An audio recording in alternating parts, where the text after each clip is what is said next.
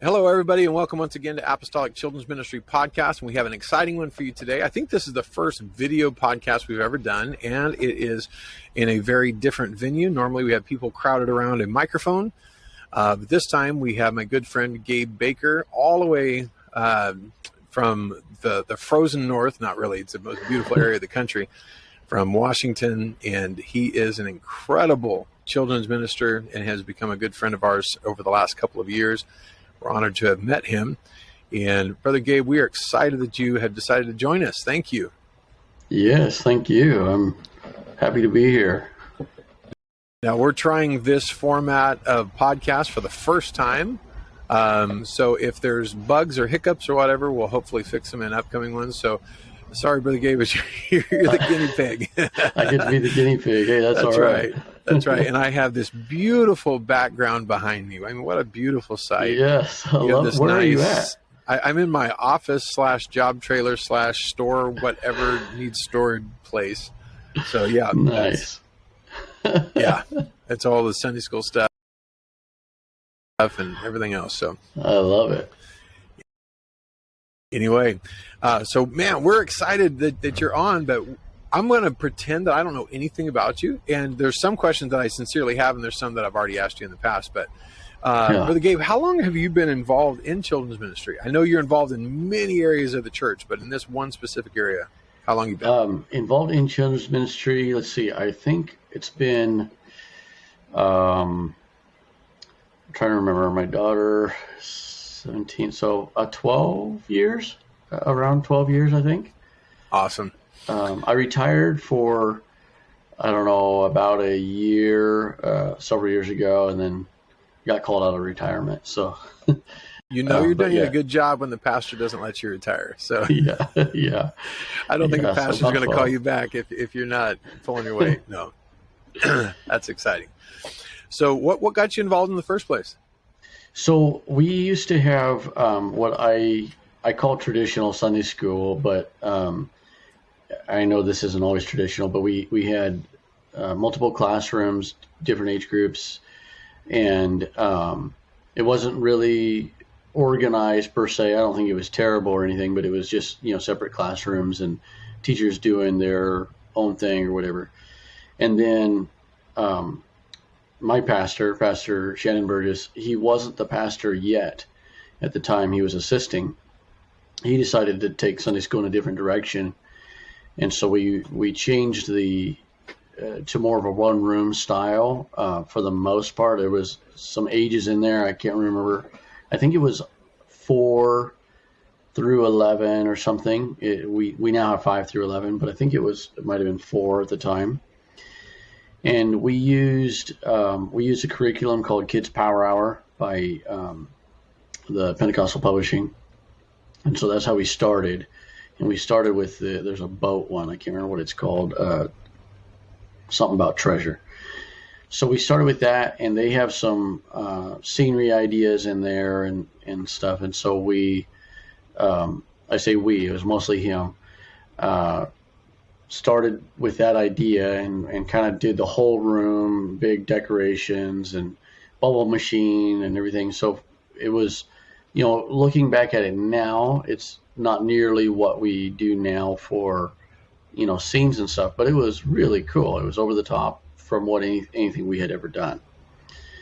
And so, do you mind if I ask you a quick question? So you said you combined your classrooms. How many classrooms roughly before you did that combining do you think you had?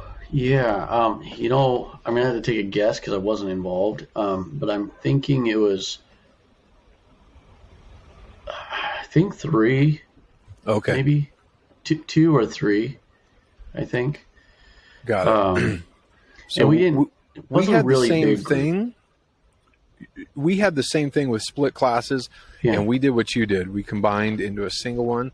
And I get this question a lot, and I have my own answer, but I'm curious what you say. If people ask, what's better? Is a single class, the kids separated into smaller groups with a maybe smaller staff, or a bigger setting, or is there pros and cons to both? I'm just curious how you would answer that. Yeah, I definitely think there's pros and cons to both. I I guess I'm biased because of the way we do it. I like the bigger format. I like the one room format. It's, I guess, a different feel, a little bit different feel, with we do actors and all of that.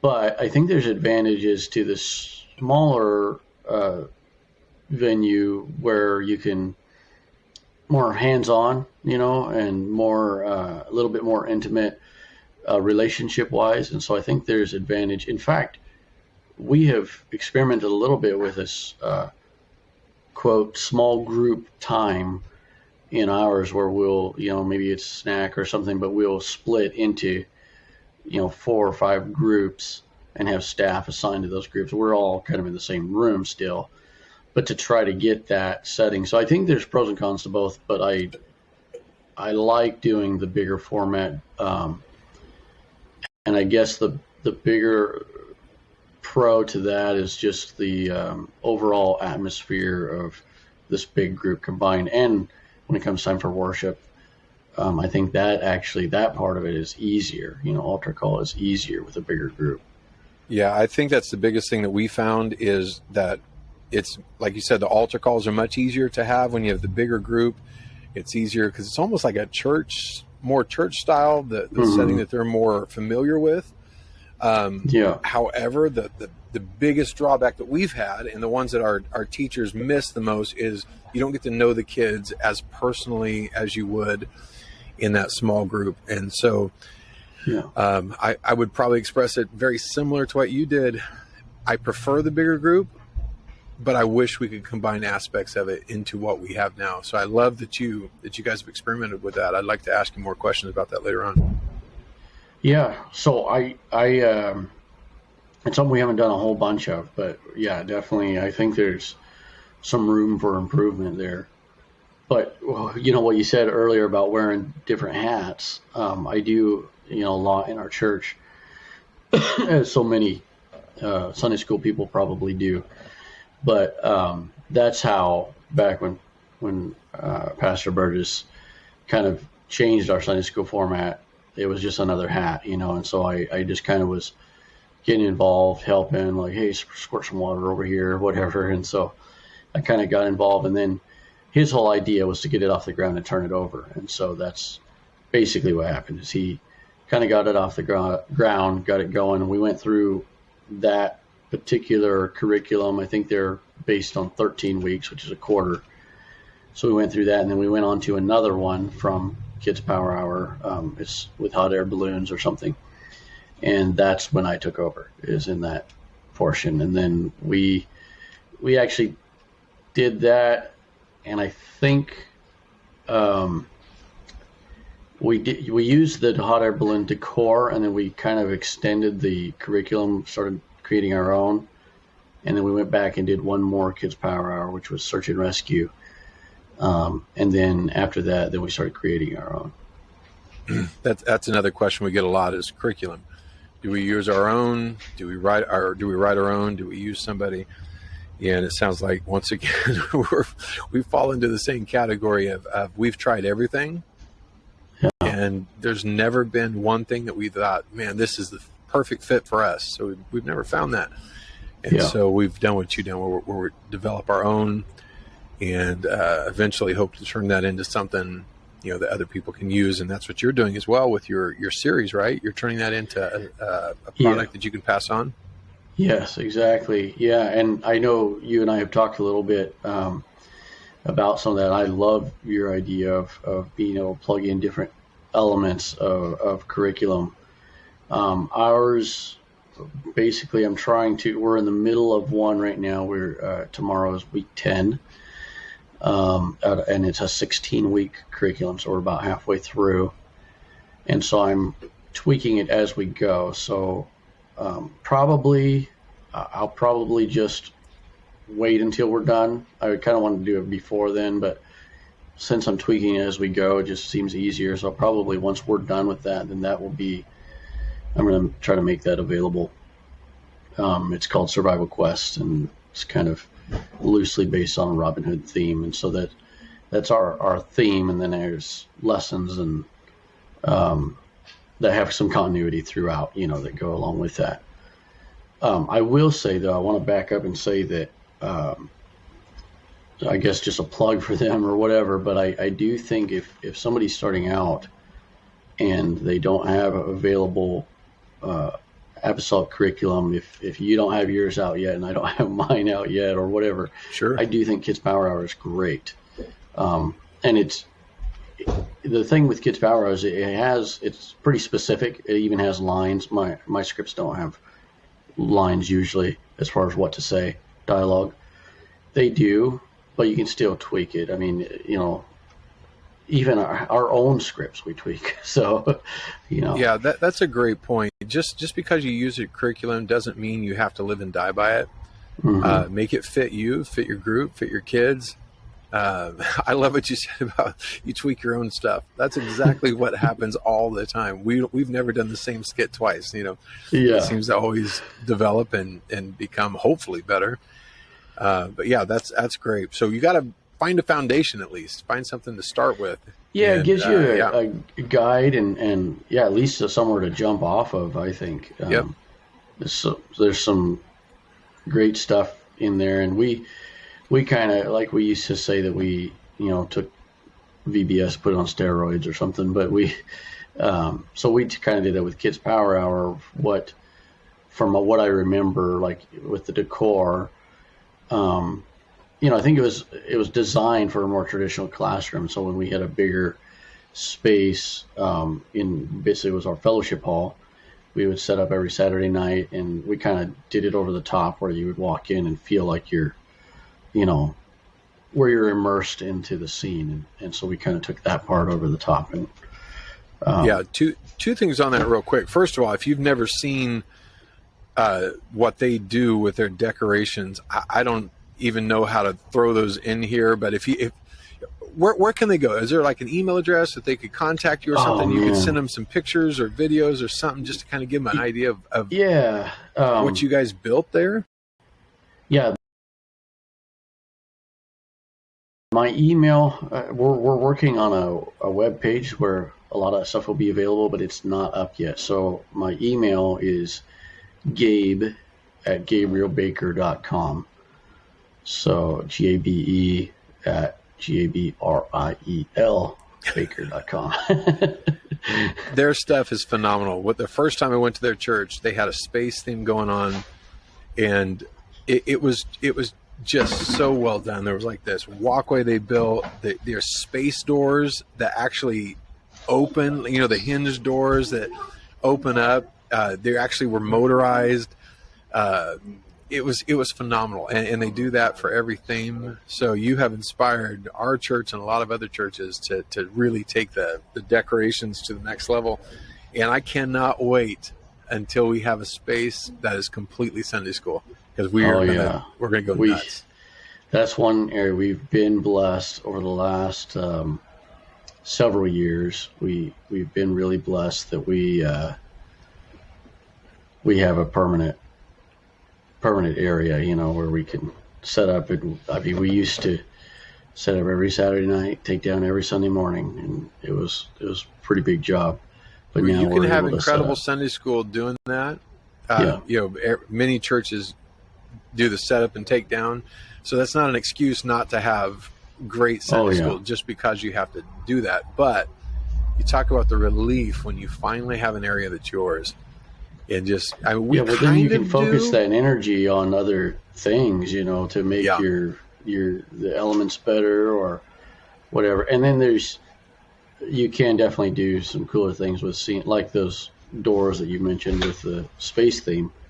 That would be pretty hard to take up, set up, and take down every week. Nigh near impossible. And one other thing, touching back to the curriculum. It's so easy for me to say, and many times I do say, we just do our own curriculum. We just found it's the best way. Well, that's easy to say when you've done Sunday school for a long time. If you're starting out or you just don't have a foundation of what to even do, that would be ludicrous to try. It would be crazy. Right. So I'm glad you brought that up, because sometimes I just get in the mode of everybody's done it forever. Well, they haven't. And if you're just starting out, don't do it without a foundation without somebody's curriculum. It'd be nuts. It'd be crazy to try it.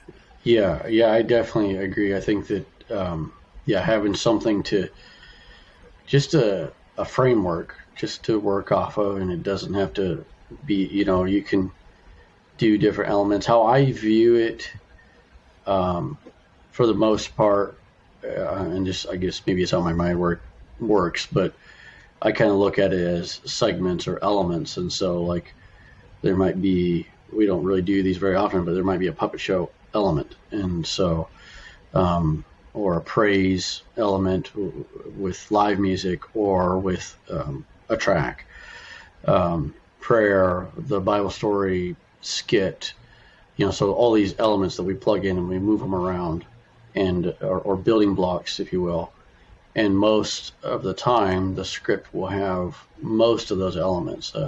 Puppet show is something I want to do more of, but we just do that once in a while. But most of our scripts have those elements, and we change them around to kind of keep the kids on their toes, so to speak. It's not just the awesome. Same thing. So I shanghaied you a little bit. So you were talking about how you took over and you took it, the decor to the next level, and where'd it go from there? Yeah, so we basically, we kind of, when we were still doing the Kids Power Hour, we kind of took the decor to the next level. We had some pretty creative people on the team, and we actually, for our scenes, for the walls, we used Tyvek, which is a building wrap, a construction building wrap, and we would paint that. And then we would roll it up on carpet tubes, the cardboard carpet tubes for storage. And then we went to Walmart, got a grommet kit, put grommets in it, and Pastor allowed us to put some permanent hooks up around the edges of the walls. The space doubled as fellowship hall, and then during the week it was school, our Christian school. So on Saturday night we would come in and we would hang those up on the hooks, and so it's all painted Tyvek. And then of course we did other elements, like for the hot air balloons, we used some PVC pipe and did some cloth around that, so hot air balloons that kind of basically went up into the ceiling, and then kids could get in the baskets, So anyway, we did that for a long time, and then back in 2012, I believe it was 2012, we were able to use our building. We have a pre-engineered metal building next door that's now serves as a lot of school elements and then some multi-purpose uses. But it was unfinished for a long time, and so had some like temporary heaters I got from some drywall contractor, and so we had those in there. But we were able to use the space, and so in 2012 we was our first year. We did a children's church we have a youth conference in August. And so we did a children's church in that, and it was an Army theme. And ever since then, we did have to move down to the fellowship hall a few times and do the temporary setups. But for the most part, since then, we've had our permanent space upstairs in that building. Now we share it with school, but like our theme right now is castle, and so the school actually does their opening exercises and their devotions and everything in that castle. That's awesome. And you built a pretty elaborate play area that I guess the school also takes advantage of. They do. Side. It's getting a lot of use. That thing was incredible. We just had just finished up a conference last night for our church that we host, and even there it got a lot of use. We don't do children's church for this conference, but kids were playing on it, so it makes me feel good that it's getting use at least. Absolutely. Yeah, when you put that much work into it, you want them to use it. That actually brings up something else, the benefits of having one single large classroom versus the multi smaller ones is, first of all, consistency across those classrooms. It's difficult to get the same passion, the same excitement, the same level of decoration, the same teaching ability across 3 classrooms as compared to one. It's much easier to concentrate your efforts and make that one just knockout as opposed to trying to replicate it 3 times. Right. That Yeah. and the decorations. What you have done with your decor would be really tough to do times 3. Oh, man. I mean, you could, but be, man, you'd kill yourself.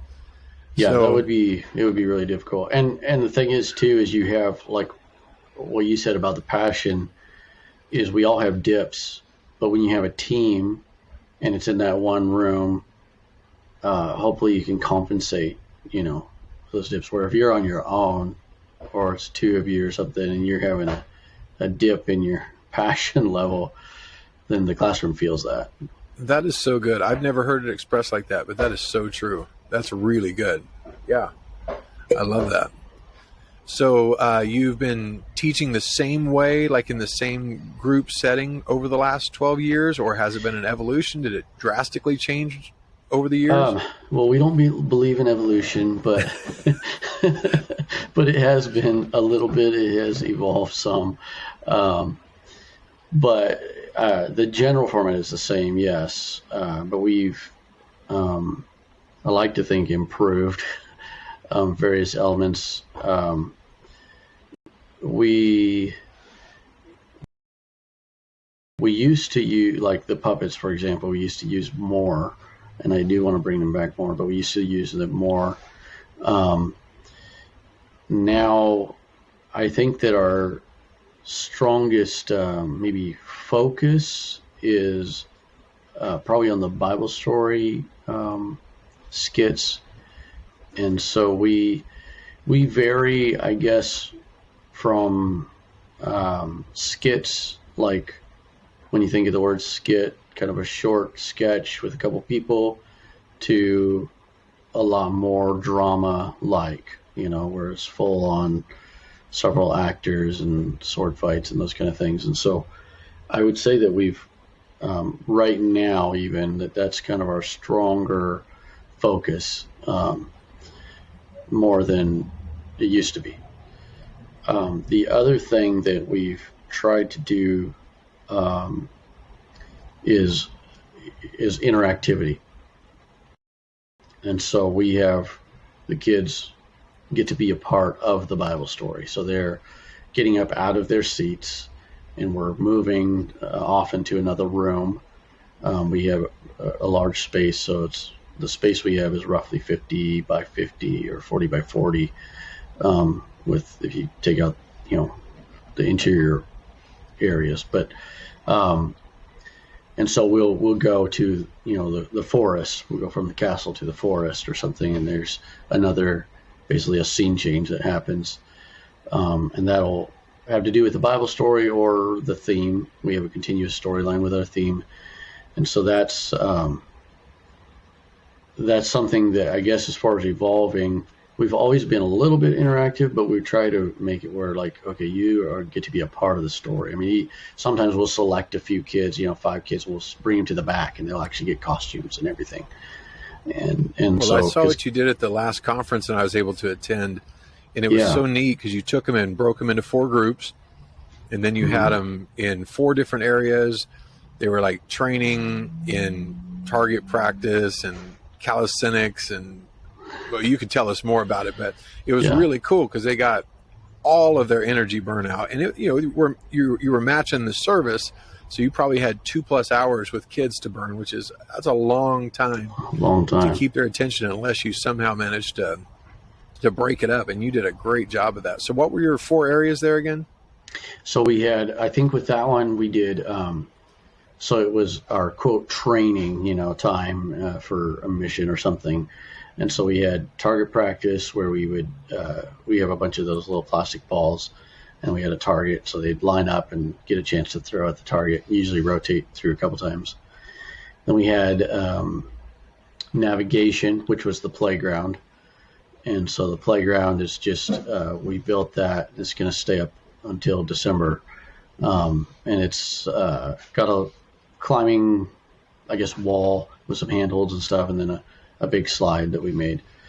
So this thing is knockout. So if you write him and ask for write his email address and ask him for pictures of that, it's really cool. And this is most people wouldn't consider this a temporary structure. This would be something you'd pay a lot of money to get built at your church, and you'd leave it up for 20 years. This is probably going to be, I don't know how long you plan on leaving it up, a year, maybe, I don't know. But it's phenomenal. It's really top notch.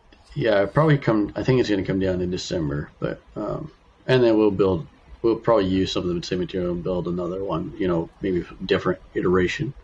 Yeah, it was really cool. But then the cool. next groups we had then we had sword fighting in the castle. And what we do for our sword fighting, we started this a long time ago, is the pool noodles that you can get. And they're like the ones that are, I guess, maybe 2-inch. Get this up here where you see it, but they're not very big. And I don't know how long they typically come. I'm guessing 6 feet or something, but we cut them in half. So we have, 20 of them or something. So we use those for sword fighting. Kids have imagination, and it doesn't hurt. For the record, some of them do hurt. I had about 47 of them gang up on me, and I guess death by 1,000 cuts. I got hit about at least 400 times. Yeah, they're tough little monsters. No, that was fun. This is true. Yes. No, it doesn't matter what you give them. We gave them these inflatable swords, something very similar at Kingdom Kids. And these things, you wouldn't think they could hurt anybody. They can hurt. Yeah, they finally get the knack. They can slap you with a inflatable sword. Learn how to give you a smack upside the head. Is we had that, and I guess let me finish before I forget. We had the calisthenics also, so that was the 4 areas. But what's funny with this sword fighting is we do that a lot, and so we have always done one-on-one, and so everybody's around and cheer or whatever, and we do one-on-one, and it's just for 20-30 seconds, and then it's like, okay, you're done. We don't usually declare a winner, and then 2 more.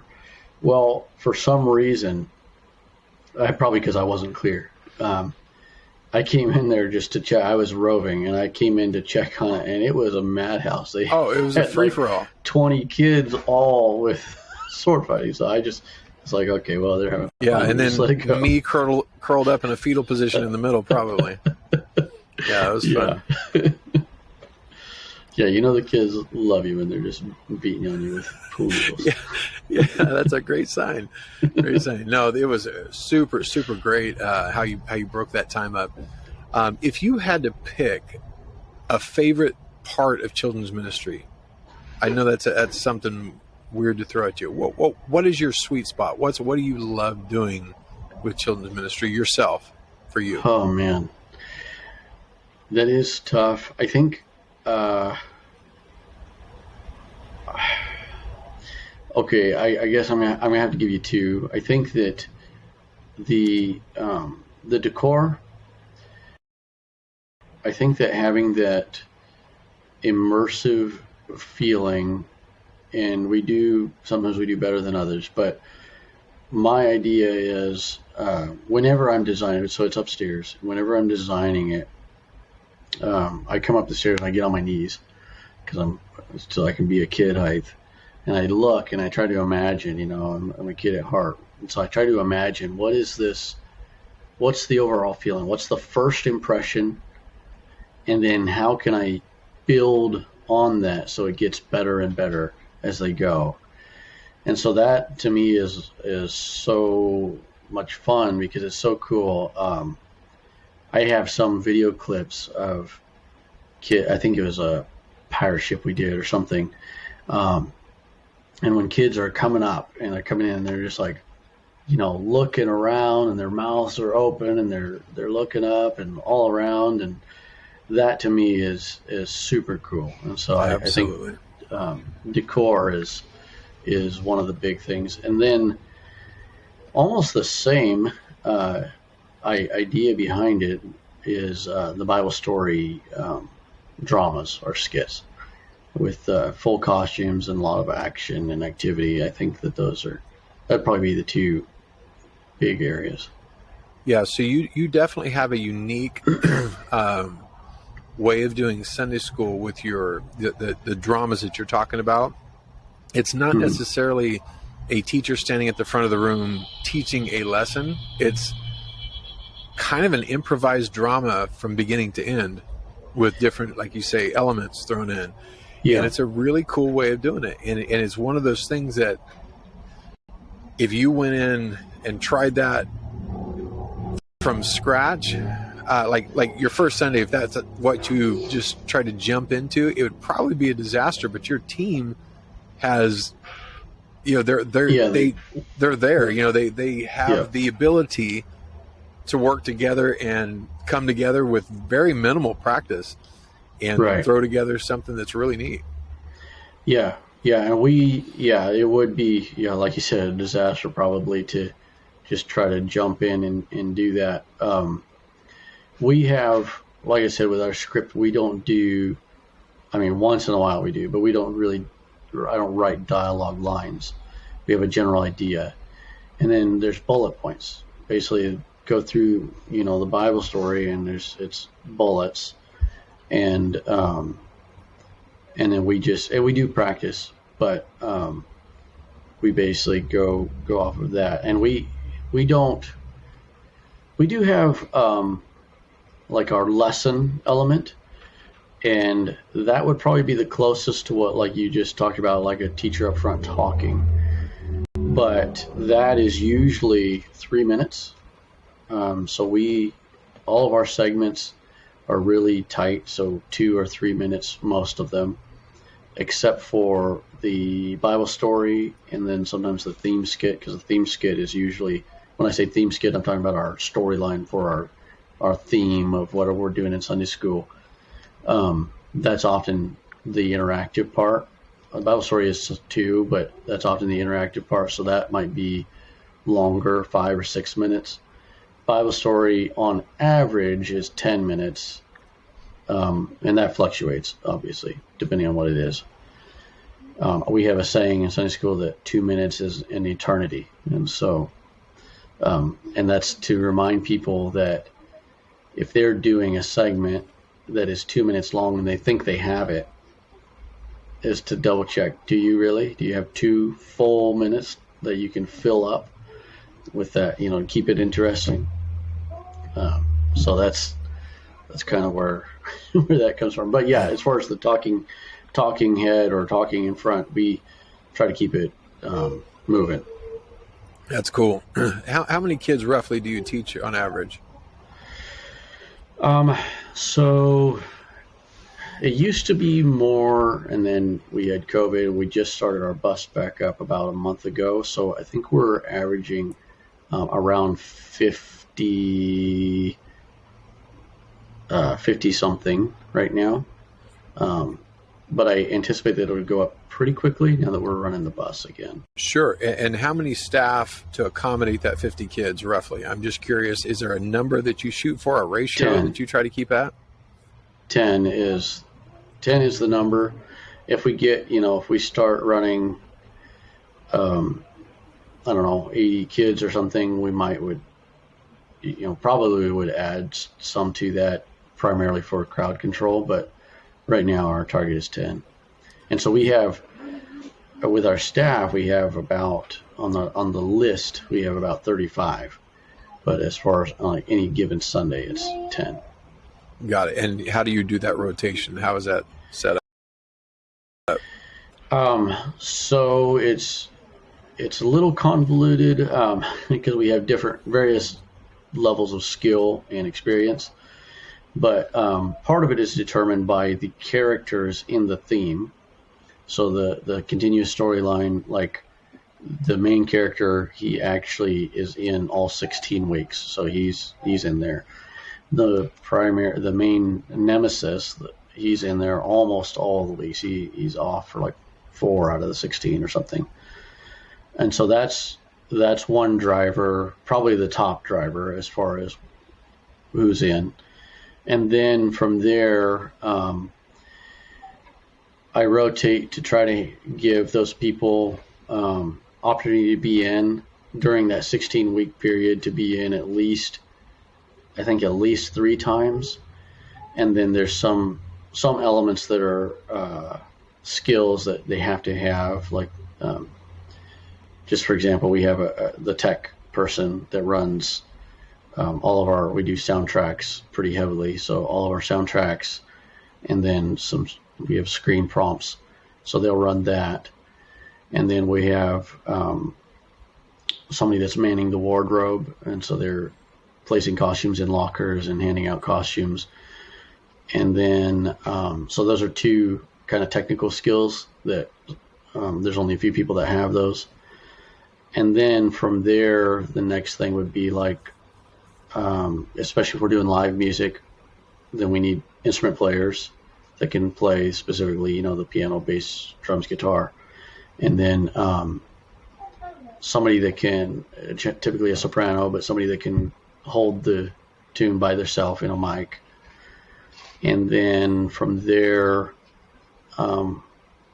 lead actors, somebody that can, we have some actors that I wouldn't consider lead actors, they're support actors, but lead actors or staff that can, carry a scene by themselves if they had to, or talk directly to the kids, teach the kids. So that's kind of, I guess, the hierarchy of the rotation. Yeah. Well, you mentioned something that most Sunday schools don't have, which is the costume closet locker room setup. The way you guys have that is knockout. I am so envious of that. In fact, I'm trying to figure out where to put it, but I want to I don't have anywhere near the room that you guys have as far as for the changing room, but in the back, and just help me fill in the gaps, but you have it segmented where the kids are at from where the staff gets ready, changes, a costume room, locker rooms that you've all built. It's such a neat area. So men and women's changing room. How many lockers do you have in each of those? Yeah, so we have in the guys we have 5 lockers, and then there's like a mirror, and then in the girls there's 3 lockers, and they have basically there's a wall between the locker rooms, and then there's no. It's a bypass wall, so you can't see in, but there's no door, so nobody's like running into each other, no curtain. And then so there's the men's, the women's, and then there's the wardrobe area where all the costumes are hung and props are in there and all that. And so my daughter's kind of the main wardrobe person, and so she'll grab costumes every Sunday morning. She'll grab the costumes from there and put them in the appropriate lockers that are labeled with the names. And so she'll put those costumes in there, and then be handing out props or helping people with their costume. And then next to that, then we have a kind of a seating space for if you're waiting for your next segment or whatever. We have some snacks and stuff in there, and then there's a door on each end, and this is in the back behind where the kids sit. And so there's a door on each end that they can, the actors can go in and out. Sounds like you have a police car in your living room. Yeah.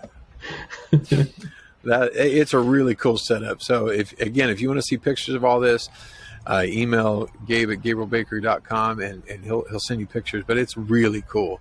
And even if you're not there yet, if you don't have you're not where you need that kind of stuff, it's something to shoot for. Like take these pictures and put them in your one day I want to do this book. Yeah, exactly. Well, that's kind of where that came from, is having that one day I want to do this.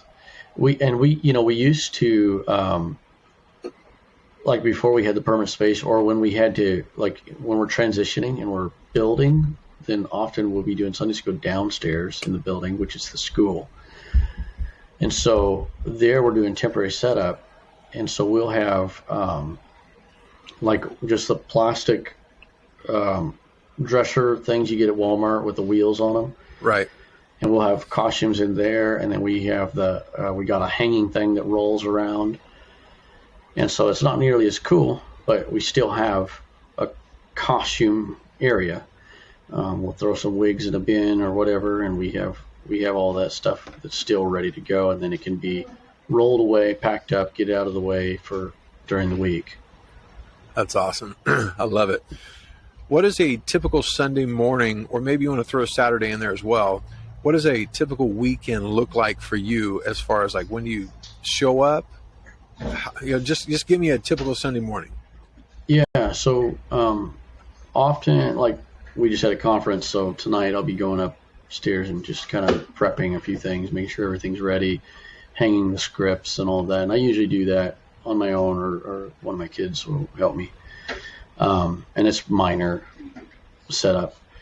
But on Sunday morning, I'll get there earlier usually just to kind of make sure everything's ready to go. But we meet at 8:30 on Sunday mornings.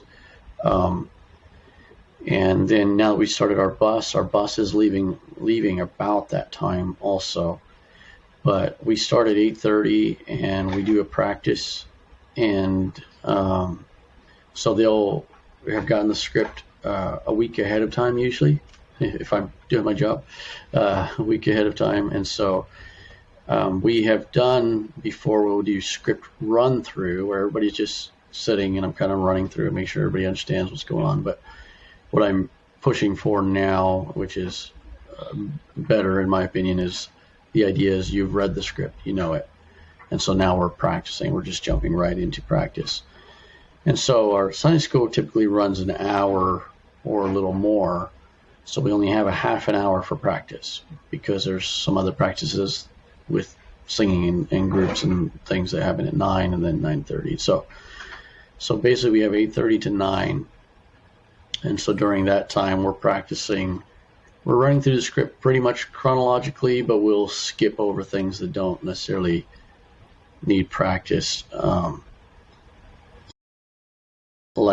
This could be, you could make something really cool out of it, but typically prayer request time doesn't need practiced. And so we won't, necessarily practice that. Right. The main focus is the Bible story and the theme skit, practicing those so that we know, maybe like we call it blocking, but where are you going to be during this time? Where's everybody going? And we also discover problems in practice. Like, oh, that's not going to work because they're coming out right here. So let's exit this way. And so that's also the good thing about running through the practice is we'll find mistakes, basically mistakes that I didn't see when I was writing the script. And so, and then we'll also, I learned this a long time ago from, I think it was from Skit Guys, but what worked, what didn't work.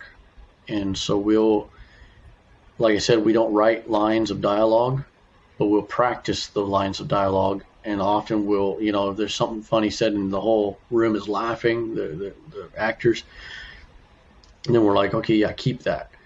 And then sometimes somebody will make a reference, like, no, don't say that. That's not what we're trying. That's missing the point.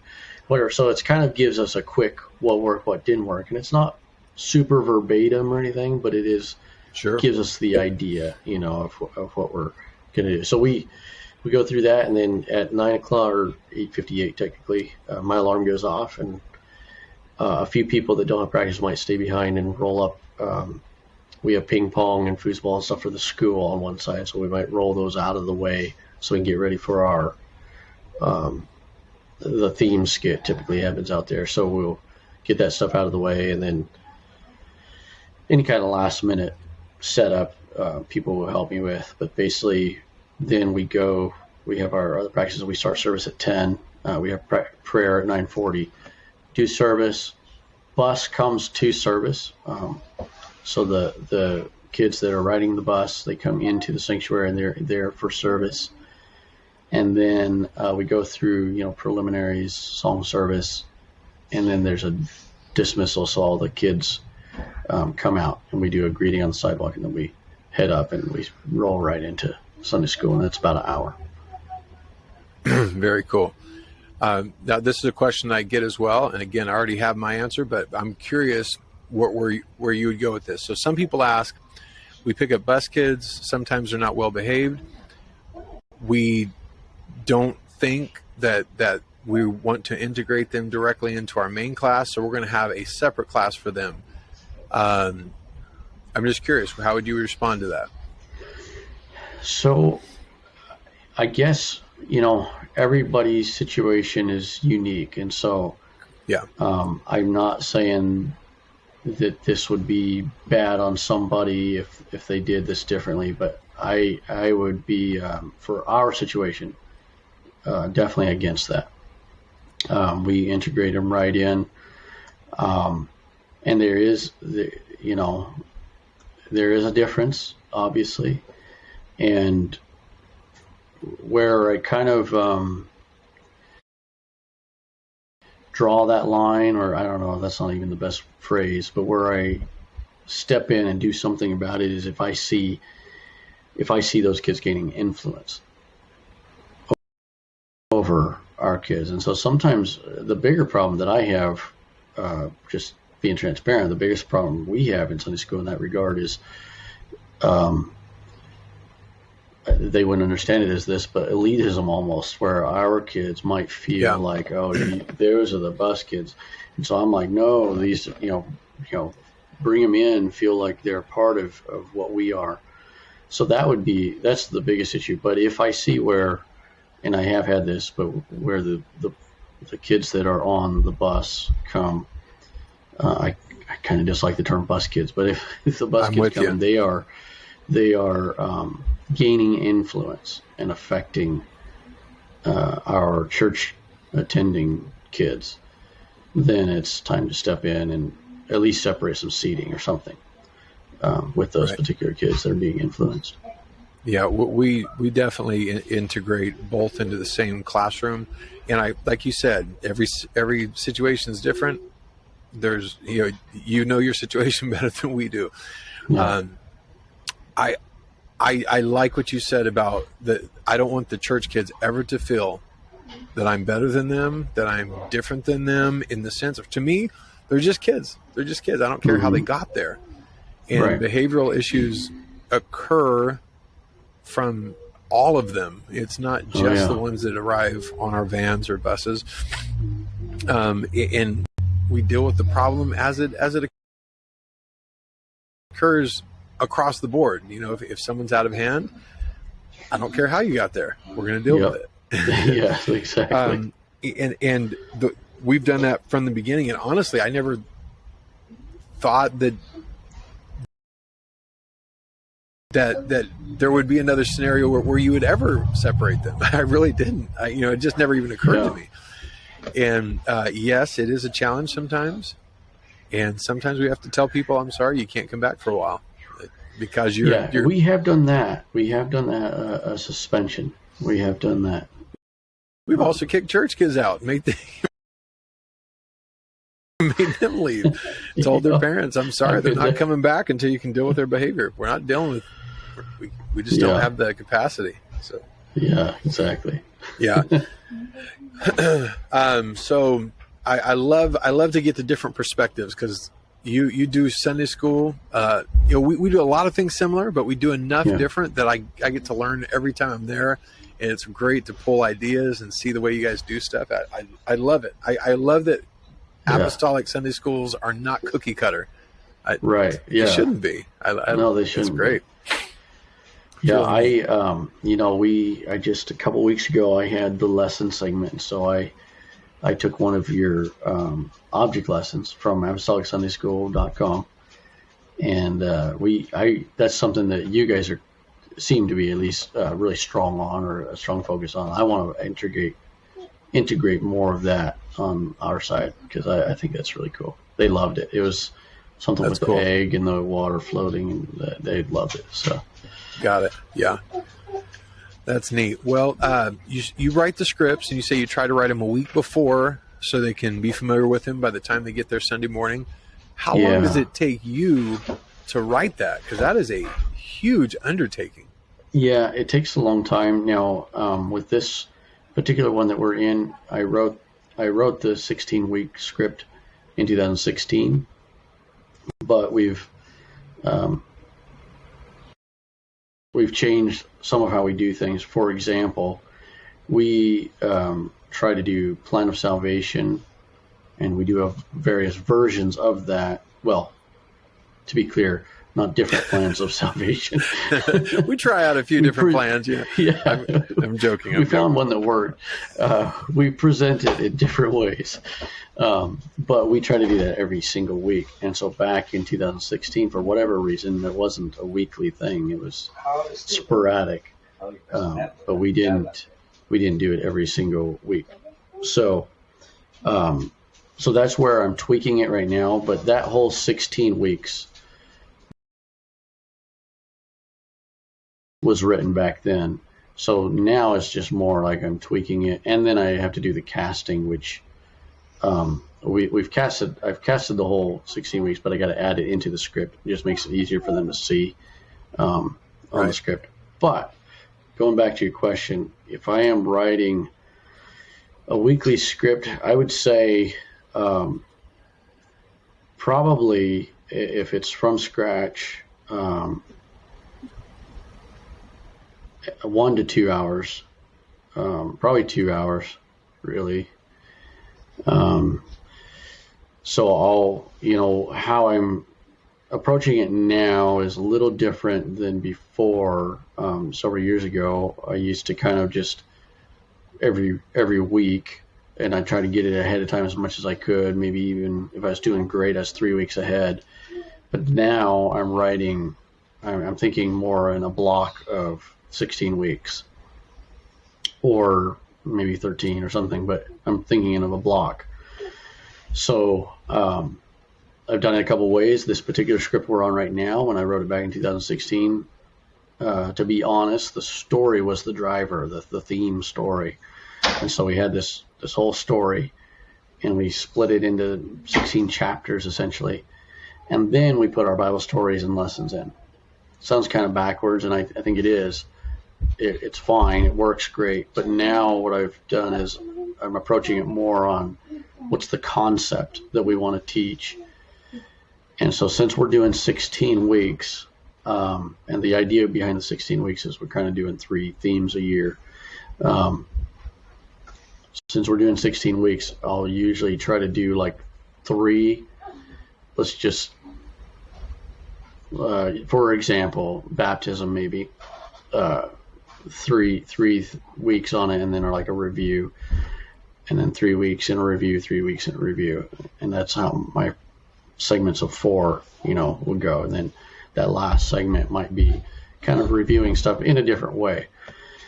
So then we have the concepts, and then we'll plug in the Bible stories and the theme to fit the concepts that we're trying to teach.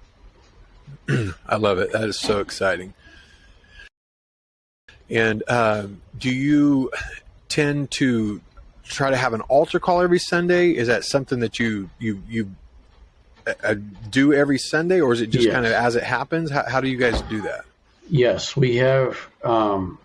There's we don't always get to it depending on the timing, and sometimes we change things around in the script, the elements. So sometimes it's early, sometimes it's like towards the last thing. Sometimes if it's towards the last thing, if they dismiss already, then we lose that segment. You're tied to the timing of the service. Is that what you're referring correct. to? Yeah, because if it's dismissed, then parents are ready to pick up their kids, and then also the bus, we have to get them going. So, but yes, we have altar call, and it doesn't always, but it typically follows a lesson. So again, we change it around, but often it'll be like Bible story right after all the acting stuff with the Bible story. We're wrapping that up, and then one person, often me, is doing the lesson, and then we roll right into altar call. Now, one thing we do a lot, and part of it is just to keep things fresh for the kids and to involve more staff, is often I will turn that over to somebody, and they'll do the actual altar call. So I just finished a lesson, and I'll be like, as Brother so-and-so is coming, I want you to think about this or whatever, and then we'll just do a transition, and they'll kind of recap for no more than a minute, and then they'll do the altar call. Awesome. That's Yeah, that's what we shoot for every Sunday. But I love the way you guys do Sunday school. It's one way of many to do it. So people, if you're listening to these podcasts, the way we do Sunday school is not the way to do it. The way that you just heard is a fantastic way to do it. And it's been proven over the last 12 years how effective it is. But it's not the only way to do it. But we do these podcasts so you can get an idea of what other churches do. And if you think that this is the direction you want to go, call Brother Baker, text him. I'm sure he'd be happy to don't share it right now, brother, but email him first. And I'm sure he'd be happy to get in contact with you and share more information than you can probably ingest initially. But I just think it's so exciting that when I visited your church for the first time, it was just so neat to see a perspective I had never seen before in Sunday school. And so we took bits and pieces of that home, and I love it. I think it's the way it should be. Well, our big group of us came to the Sunday school seminar back in April. Yeah, that was where we met for the first time, right? Yeah, it was the first time I'd met you. Yeah. So we came down there and we loved it. But I really want to come. We're going to work it out sometime here where I can come see you guys in action at the church there. Well, you're going to be a part. Yeah. There's no way you're showing up and not actually helping, because you're way too good. I'll be a part. Yeah, for sure. We'll be excited. In fact, do you know who Brother Ken Baglin is? Yes. So he's just an incredible children's minister. Well, he showed up one Sunday, and so I begged him, please, since you're here, can you teach, just get involved. And he wouldn't do it. He just said, I just want to sit back and just enjoy it today. I begged him. I said, this is like Michael Jordan sitting down and just watching a pickup game of basketball. Just like, you can't do this. You have to get involved. Well, he didn't. And he said he just enjoyed just sitting there. Well, for us, it was just like getting our hearts ripped out, because he was so good. So if you come, please jump in. Please jump in. Oh, I would love to. Yeah. So what do you got going on? Is there anything coming up on the near horizon that you're about to jump in the middle of? Well, so we're in the middle of this theme, and then we'll be having, our church has an event in December, and so we'll be wrapping up this. I think it's scheduled to wrap up in December 4th. And then we're rolling into January, and I'm actually trying to decide what we're going to do. We're going to be doing a script most likely that we've done before, but I'm kind of trying to decide. So email me suggestions. There you go. No, we did space, and that's really modern and technical and everything. And then we went to this survival quest, which is kind of loosely based on Robin Hood type idea. So it's castles and knights and kings and all that. And so I kind of like to bounce back and forth like that a little bit. So there's a stark contrast. Yeah. So I don't know. We've done we did a really cool spy theme a few years ago, and it had a continuous storyline and everything. And so we might do that.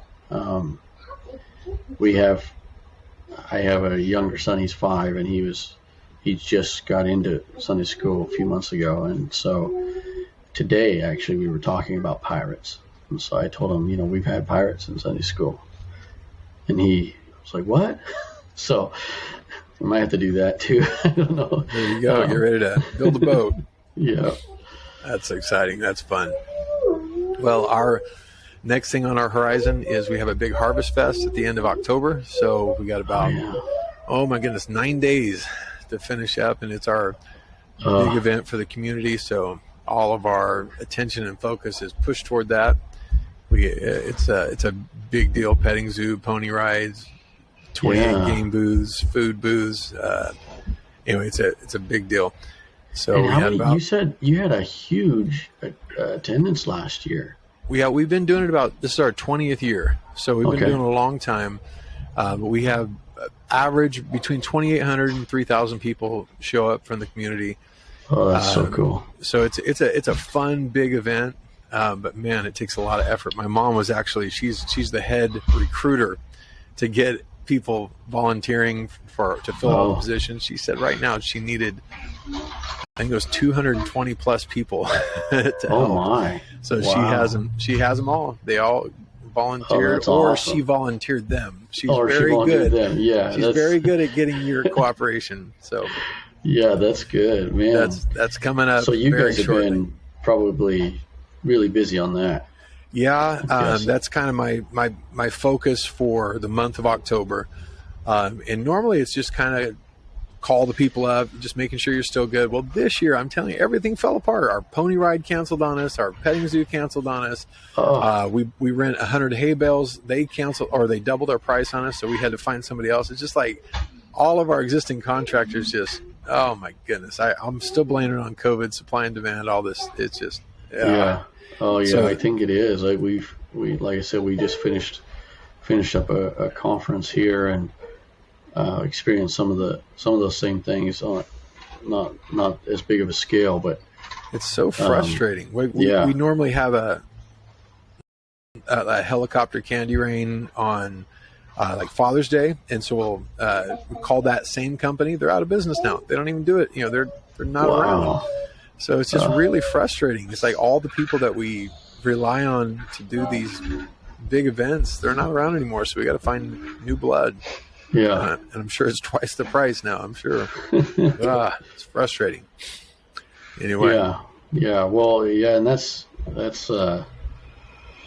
it's tough across the board with a lot of that stuff. Yeah, it is.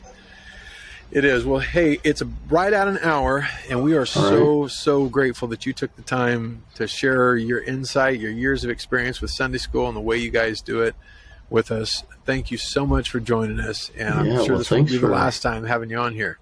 Thanks for inviting me. This is awesome. Well, let's see what the finished product looks like when when we're done. We'll see how this podcast software works, and hopefully all is well, and we'll have it up pretty quick. So I'm excited. Thank you again for coming by. And anything you want to share before we sign off? I think I'm good. Awesome. Well, thanks again. We'll see you guys. Your email one last time if they want pictures and info.